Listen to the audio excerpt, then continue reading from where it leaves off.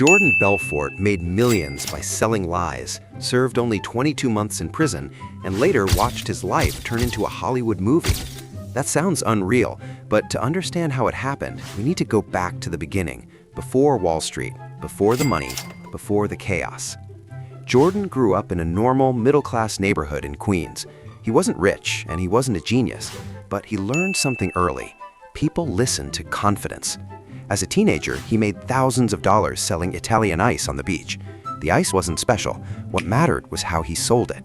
He learned that if you sound sure of yourself, people stop questioning. After college, Jordan tried selling meat door to door. It failed badly. When Jordan finally got a job on Wall Street, he expected instant success. Instead, he saw something strange. Most brokers weren't smarter than everyone else. They just sounded smarter. They spoke fast, used complicated words, and created urgency. Then the stock market crashed in 1987, and Jordan lost his job almost immediately. At this point, most people would quit. Jordan didn't. He found a small brokerage firm selling penny stocks. These were extremely cheap, risky stocks that most professionals ignored. But there was one catch. The commissions were huge. Jordan realized something important. Selling a safe stock paid him almost nothing. Selling a risky stock paid him a fortune. So he stopped caring about whether the stock was good for the customer. He only cared if it was good for him. He started calling regular people, not Wall Street experts, normal families, retirees, and first-time investors. He didn't explain risk in detail. Instead, he painted pictures.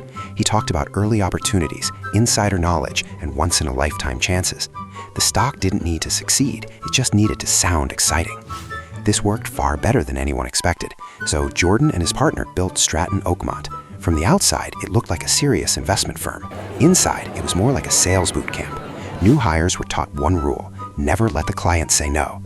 They followed strict scripts. If a client hesitated, they pushed harder. If the client asked questions, they redirected. The goal wasn't to help people invest. The goal was to close the deal. Confidence replaced honesty. Here's where the real scam happened. Stratton would buy large amounts of a cheap stock first. Then they would hype it aggressively to the clients. As more people bought in, the price went up. Once the price was high enough, Stratton secretly sold their own shares. After that, the stock collapsed. This is called a pump and dump. Imagine telling everyone a toy is about to become super rare, selling yours at the highest price, and then watching everyone else realize the toy was never special. The buyers lose, the seller walks away rich. As the money rolled in, Jordan's lifestyle exploded. Mansions, luxury cars, drugs, and non-stop parties became normal. The culture rewarded excess. The more money you made, the more you were celebrated. No one wanted to ask where the money came from. But success like that always attracts attention. Regulators noticed unusual trading. Employees started talking. Phone calls were recorded. Slowly, the walls closed in. Jordan believed he could talk his way out of anything. But this time, confidence wasn't enough. Eventually, the FBI shut everything down. Jordan faced serious prison time. Instead of fighting, he cooperated. He testified against others and reduced his sentence to just 22 months.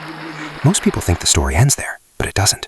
Jordan wrote a book. Hollywood turned it into a movie. The scam became entertainment. The yachts and parties were remembered. The victims were mostly forgotten. The real lesson isn't about Jordan, it's about people. The scam worked because it used basic human instincts: greed, trust, and fear of missing out.